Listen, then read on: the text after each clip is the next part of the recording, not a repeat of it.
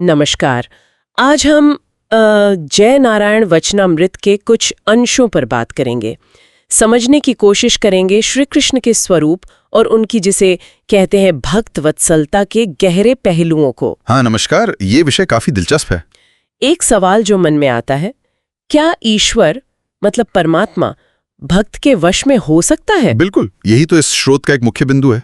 और कृष्ण लीला, उसके पीछे क्या संकेत छिपे हैं और वो जो परम अवस्था है वहां तक पहुंचने का रास्ता क्या है? तो चलिए इन स्रोतों में जो ज्ञान छिपा है उसे परत दर परत खोलते हैं। जरूर। ये विषय हमें भक्ति, ज्ञान और ईश्वर के उन आयामों तक ले जाता है जहां सिर्फ तर्क नहीं, अनुभव और प्रतीकवाद का भी बहुत महत्व है। ईश्वर और भक्त का रिश्ता वो अपने आप में बड़ा अनूठा है।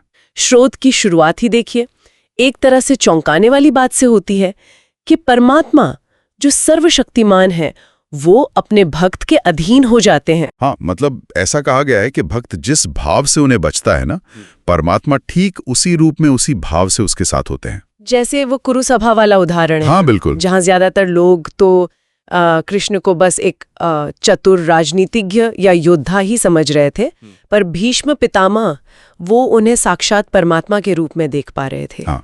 तो क्या ये सिर्फ भीष्म की अपनी दृष्टि का फर्क था? देखिए, ये सिर्फ दृष्टि का ही फर्क नहीं कहेंगे, ये उनकी अनन्य भक्ति और उनके ज्ञान का परिणाम था। स्रोत तो यही कहता है कि भीष्म और विदुर ही कृष्ण के उस असली अभेद स्वरूप को समझ पाए थे। अच्छा। तो ये ईश्वर के अनुभव की जो व्यक्तिनिष्ठ प्रकृति है, मतलब सब्जेक्टिव नेचर, उसको दिखाता है। ईश्वर का स्वरूप भक्त के भाव पर, उसकी पात्रता पर निर्भर करता है। हाँ। भीष्म की भक्ति इतनी प्रबल थी कि कृष्ण सचमुच उनके वश में थे। यहां तक कि ये देखिए, भीष्म की प्रतिज्ञा रखने के लिए कृष्ण ने अपनी ही प्रतिज्ञा तोड़ दी, शस्त्र उठा लिया उन्होंने। हाँ, ये तो बहुत बड़ी बात है। ये दिखाता है कि परमात्मा अपने भक्त के लिए किस हद तक जा सकते हैं, कितनी निष्ठा रखते हैं। सचमुच अद्भुत। मतलब अपनी ही प्रतिज्ञा भक्त के लिए तोड़ देना।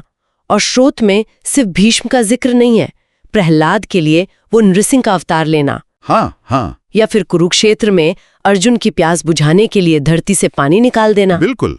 ये सारे उदाहरण यही दिखाते हैं कि भक्तों की इच्छा पूरी करने के लिए, उनकी रक्षा के लिए परमात्मा कितना श्रम उठाते हैं। पर सवाल फिर वही है कि कृष्ण के इस रूप को, इस स्वरूप को सब क्यों नहीं देख पाए?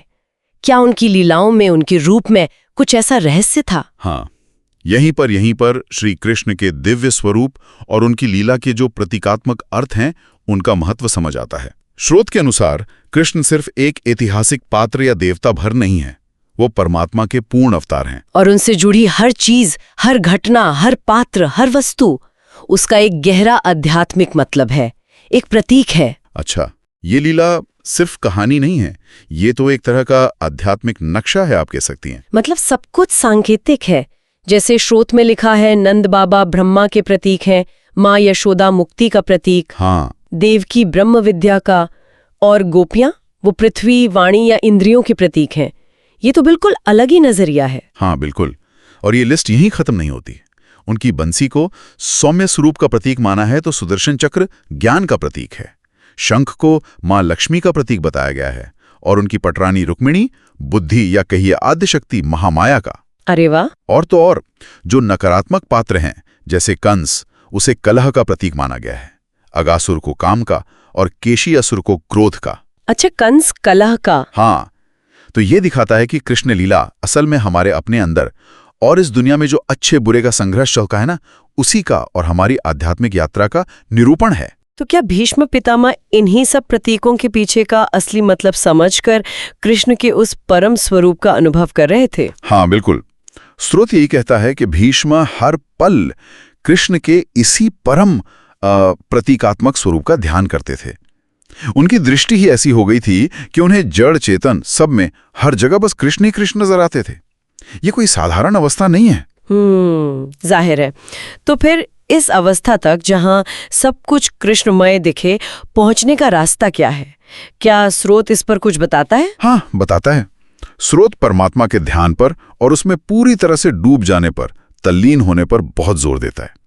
कहा गया है कि जो व्यक्ति अपने इष्ट देव के ध्यान में पूरी तरह से रम जाता है, उसे सारे तीर्थों के स्नान का, सारे दानों और यज्ञों का फल अपने आप मिल जाता है।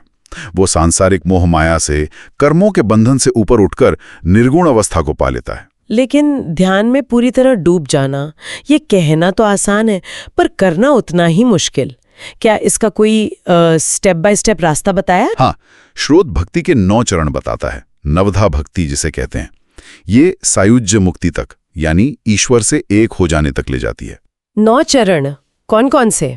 इसकी शुरुआत होती है श्रवण से, यानी सुनना, फिर कीर्तन यानी गायन, और स्मरण यानी याद करना। इसके बाद आते हैं पाद सेवन यानी चरण सेवा, अर्चन यानी पूजा, और वंदन यानी प्रार्थना। इसके बाद आता है दास्य भाव, मतलब ये मानना कि मैं आपका दास हूं, ये समर्पण का भाव। और दास्य भाव के बाद? दास्य भाव के बाद है सख्य भाव, जहां भक्त और भगवान दोस्त बन जाते हैं, जैसे अर्जुन और कृष्ण। हाँ, मित्र की तरह। बिल्कुल। लेकिन भक्ति का जो सबसे ऊंचा प्रकार है वो है आत्मनिवेदन। आत्मनिवेदन यानी खुद को पूरी तरह से बिना किसी शर्त के परमात्मा को सौंप देना। इस अवस्था में जब भक्त पहुंचता है तो उसके लिए मैं और वो का फर्क ही मिट जाता है। उसे हर कण में, हर जीव में सिर्फ वासुदेव ही दिखते हैं। ये तो अद्वैत वाली स्थिति हो गई।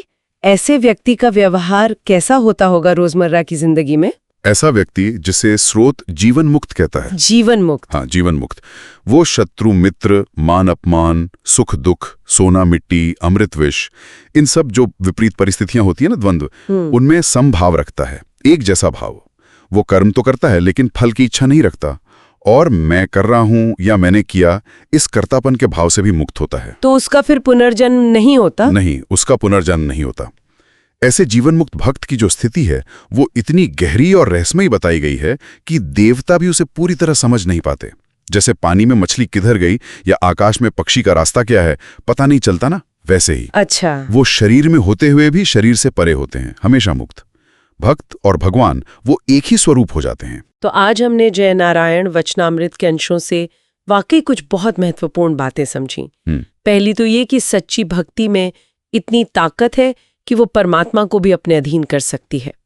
दूसरी कि श्री कृष्ण की लीलाएं और उनसे जुड़े तत्व वो सिर्फ घटनाएं नहीं है बल्कि गहरे आध्यात्मिक सत्यों के प्रतीक हैं। सही बात है। और तीसरा कि भक्ति के क्रमिक मार्ग पर चलकर आत्मनिवेदन की उस ऊंची अवस्था तक पहुंचा जा सकता है जहां जीव और ईश्वर का भेद मिट जाता है। हाँ। मतलब जीवन जीते हुए ही मुक्ति संभव है। हाँ, सार यही है कि परमात्मा का अनुभव हमारी अपनी भावना, हमारे समर्पण और हमारे ज्ञान की गहराई पर निर्भर करता है।